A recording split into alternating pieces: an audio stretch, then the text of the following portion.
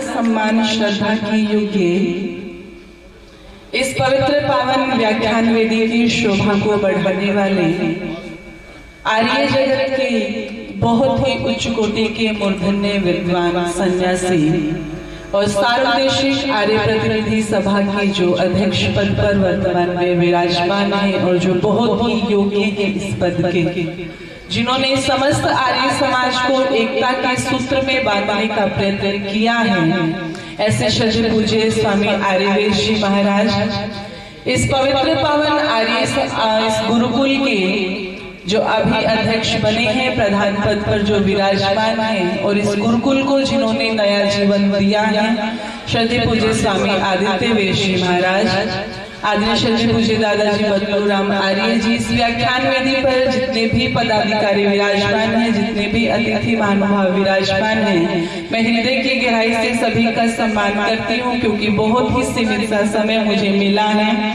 मैं सभी का हृदय की गहराई से सम्मान करती हूँ। सम्मुख उपस्थित समस्त धर्म के अभिलाषी सज्जनों, पूजा एवं वंदना की योग्य मातृशक्ति कन्या गुरुकुल डोभी से आदरणीय श्री बलजीत सिंह आर्य जी, जिनको देख करके हमें प्रेरणा मिलती है और प्रेरणा लेनी चाहिए, जो कन्या गुरुकुल को संचालित कर रहे हैं डोभी को, आर्य गुरुकुल मतानस के ब्रह्मचारी, इस पवित्र पावन गुरुकुल गुरुनिवास के समस्त ब्रह्मचारीगण, सम्मुख उपस्थित समस्त धर्म के अभिलाषी सज्जनों, पूजा एवं वंदना की योग्य मातृशक्ति, आइए समाज सुधार सम्मेलन रखा है। जब हम बात करते हैं समाज को सुधारने की तो कहीं ना कहीं हमारे मन में ये विचार आ जाता है कि इतनी बुराइयां हैं समाज के अंदर, यदि हम समाज को सुधारने के लिए बैठेंगे तो कहां से समाज में सुधार होगा। स्वामी श्रद्धानंद जी से किसी ने पूछा, क्योंकि जब भी गुरुकुल शब्द आएगा तो स्वामी श्रद्धानंद जी का नाम स्वतः ही मुख पर आ जाता है, जिन्होंने गुरुकुल कांगड़ी को अपनी सारी संपत्ति, अपना पूरा जीवन दिया और उस गुरुकुल के अंदर सबसे पहले वो दूसरों के बच्चे मांगने नहीं गए, गुरुकुल कांगड़ी में जिन्होंने सबसे पहले अपने दोनों बेटों को लेकर के वहां पर पढ़ाना शुरू किया।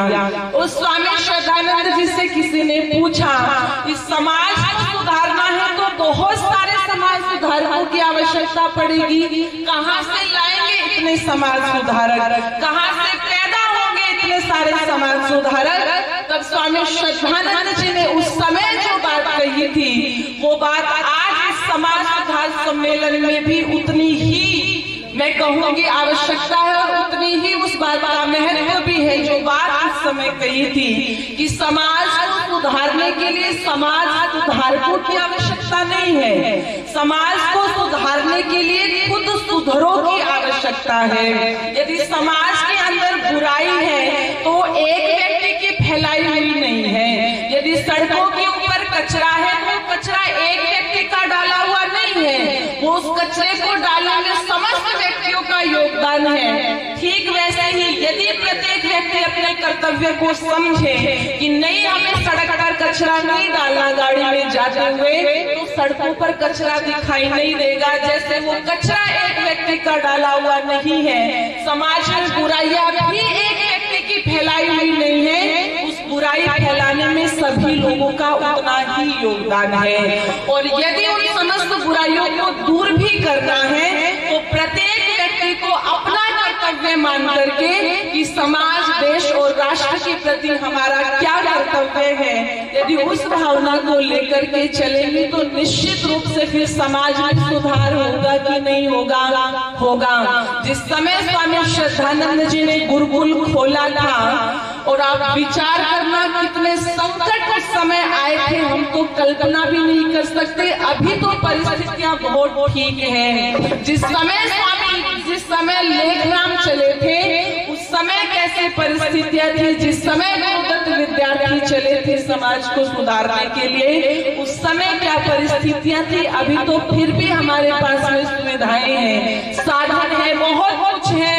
उस समय में जब वो लोग नहीं रुके समाज का सुधार करने में, तो हमें भी हमारे अंदर निराशा के भाव नहीं लाना चाहिए। आइए केवल प्रेरणा के रूप में पथिक जी की बहुत सुंदर पंक्तियां मुझे याद आ रही है। आर्य समाज के 4 दिग्गज रहे जिन्होंने अपना जीवन आर्य समाज और ऋषि दयानंद को दिया इस समाज को सुधारने के लिए। तो पथिक जी ने बहुत सुंदर पंक्तियां लिखी हैं। मैं पागल हूँ, दीवाना हूँ, अलमस्त मस्त मस्ताना हूँ, जो शम्मा जलाई ऋषिवर ने उस शमा में परवाना।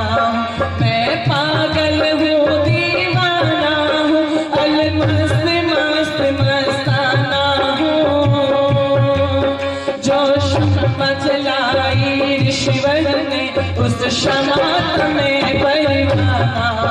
मैं पागल अजमेर में अंतिम घड़ियों ऋषि दर्शन करने आया हूँ।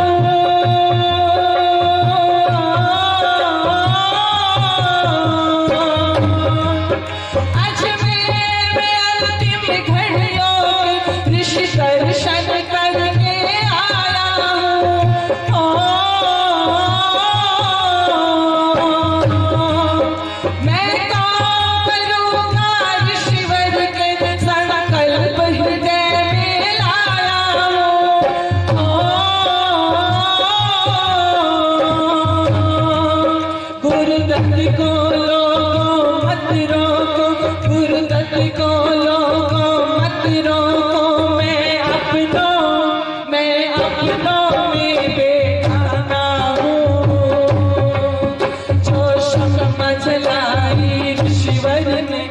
क्षमा में परवाना।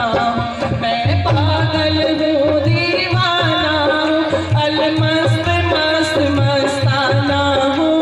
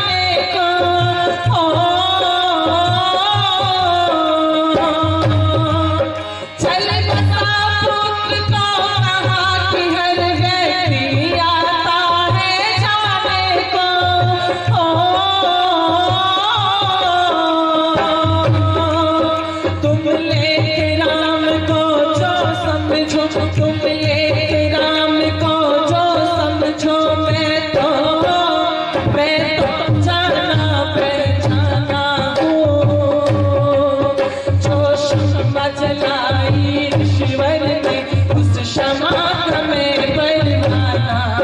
मैं पागल हूँ दीवाना हूँ, अलमस्त मस्त मस्ताना हूँ। जो क्षमा जलाई ईश्वर ने उस क्षमा में परवाना।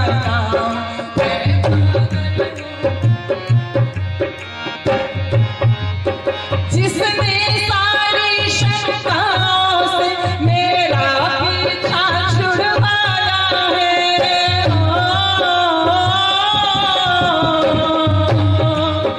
जिसने सारी शंकाओं से मेरा पीछा छुड़वाया है,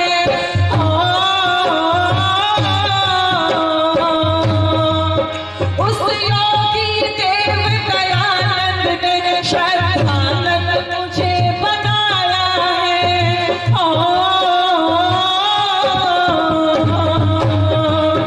उस योगी देव दयानंद ने श्रद्धानंद मुझे बनाया है।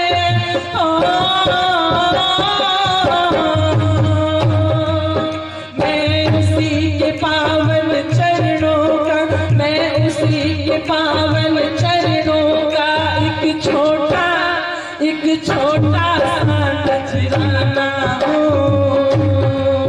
जो क्षमा जलाई ईश्वर ने उस क्षमा में परवाना। मैं पागल हूँ दीवाना हूँ, अलमस्त मस्त मस्ताना हूँ। जो क्षमा जलाई ईश्वर ने उस क्षमा में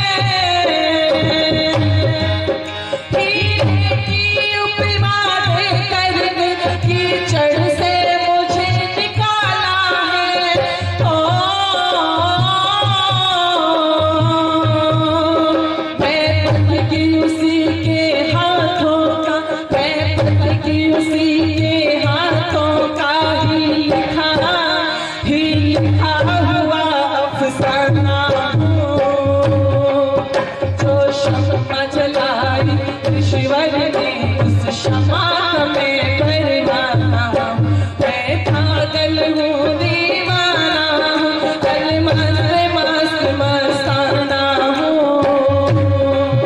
जो क्षमा जलाई ईश्वर ने उस क्षमा में परवाना। उस क्षमा में परवाना, उस क्षमा में परवाना।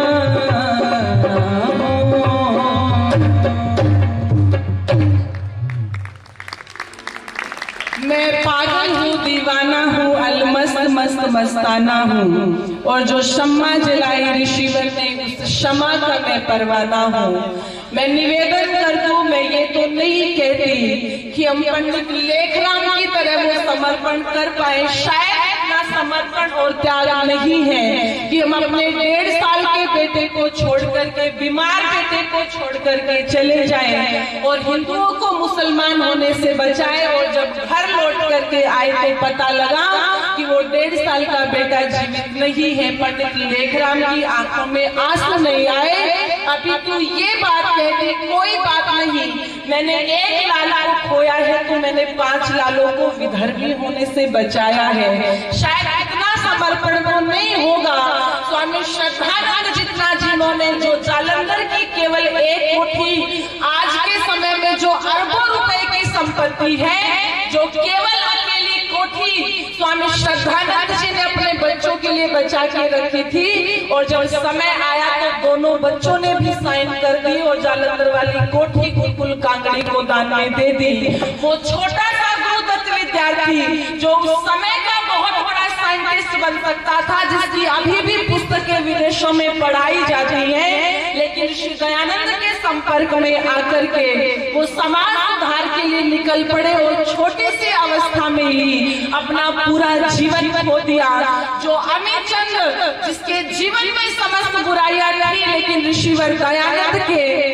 लेकिन ऋषिवर दयानंद के संपर्क में आकर के एक बात कही, तू है तो हीरा लेकिन कीचड़ के अंदर पड़ा हुआ है, और अपना पूरा जीवन दे दिया। इस वाक्य को सुन करके बदल लिया और वो आर्य समाज का पहला भजनोपदेशक बना और अपना सारा जीवन समाज सुधार में लगा दिया।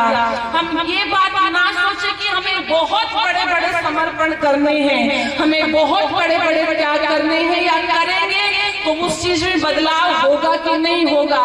हम हर रोज खाना खाते लेकिन थोड़ी देर में भूख फिर लग जाती है। अगर हम ये सोचे ये भूख तो फिर लगनी है, क्यों रोटी खाएं, तो फिर क्या परिस्थिति होगी। हम घर में हर रोज झाड़ू पोछा लगाते हैं, पता है घर के अंदर फिर कचरा हो जाएगा।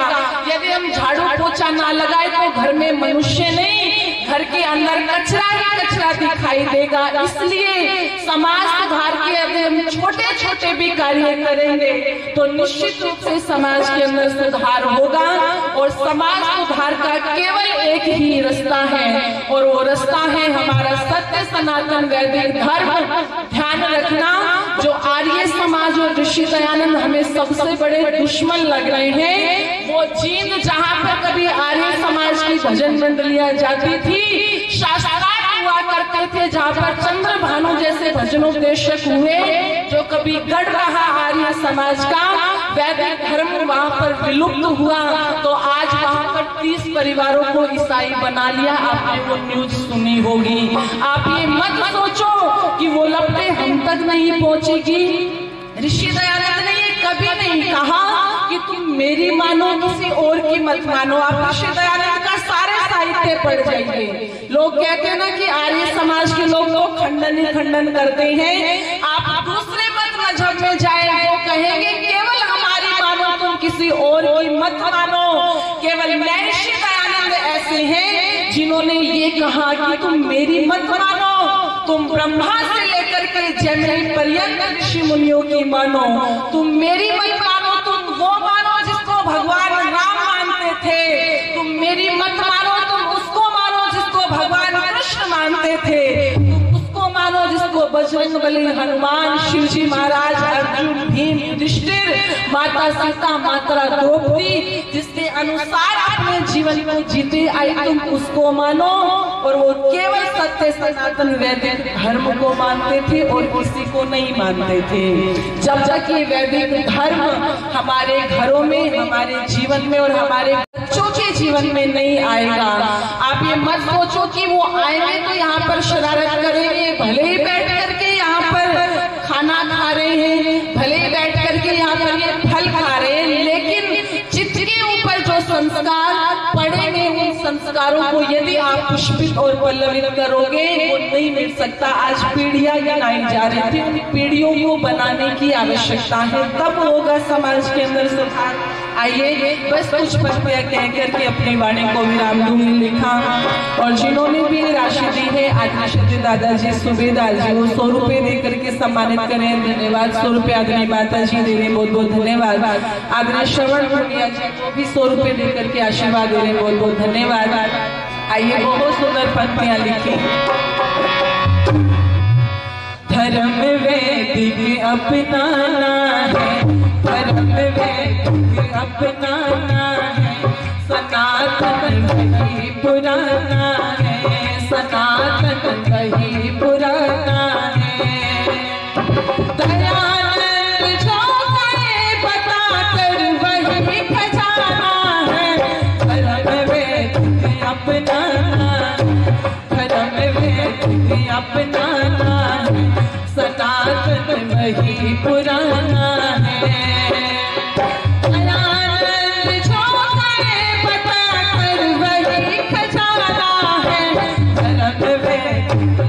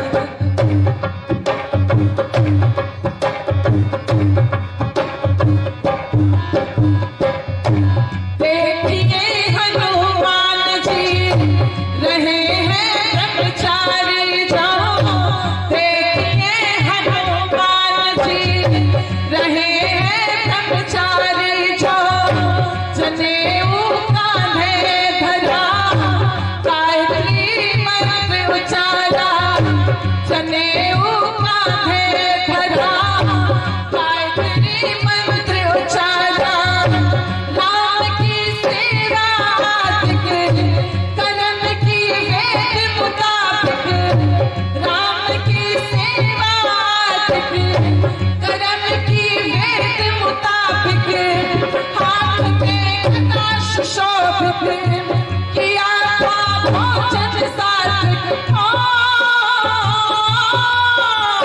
बंदर कहाने वालों का कहाँ ठिकाना है, धर्म वैदिक अपनाना है, सनातन वही पुराना है। दयानंद जो करे बताकर वही खजाना है, धर्म वैदिक।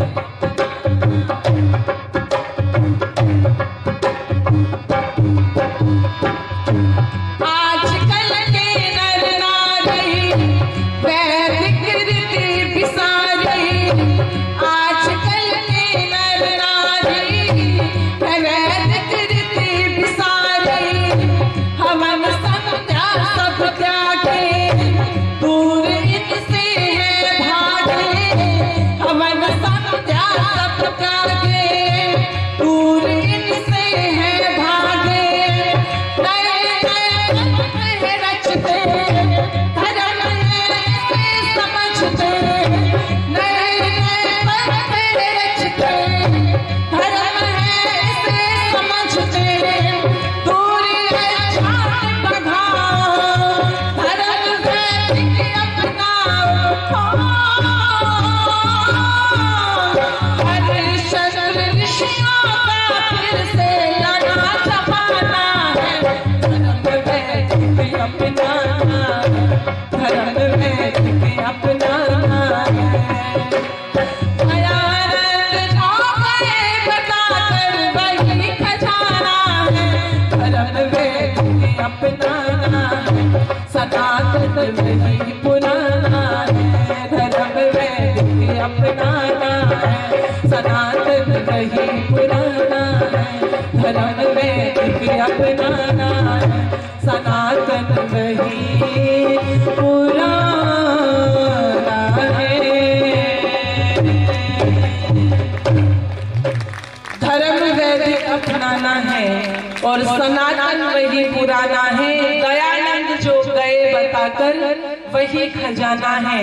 यदि समाज का सुधार करना है तो ऋषियों की शरण में आना पड़ेगा, ऋषियों की शरण में आना पड़ेगा, आर्य समाज की शरण में आना पड़ेगा और एक आशा के भाव मन में जगाने पड़ेंगे। बहुत विकट परिस्थितियां हमारे ऊपर हैं, उन विकट परिस्थितियों को समझे। समाज के अंदर जो स्थितियां आ गई है, जो परेशानी है, उन बातों पर हम सबका चिंतन है।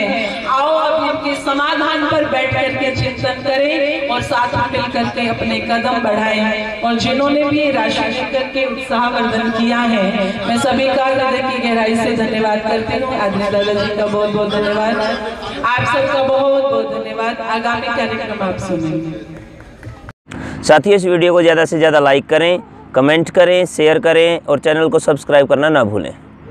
आप अंग्रेजी दवाओं से परेशान हैं या फिर रोगों से परेशान होकर संसार से उठ जाना चाहते हैं? उठ जाने से पहले नाड़ी वैद्य क्या क्लब पर आइए और अपने सभी रोगों का आयुर्वेद में सही समाधान पाइए।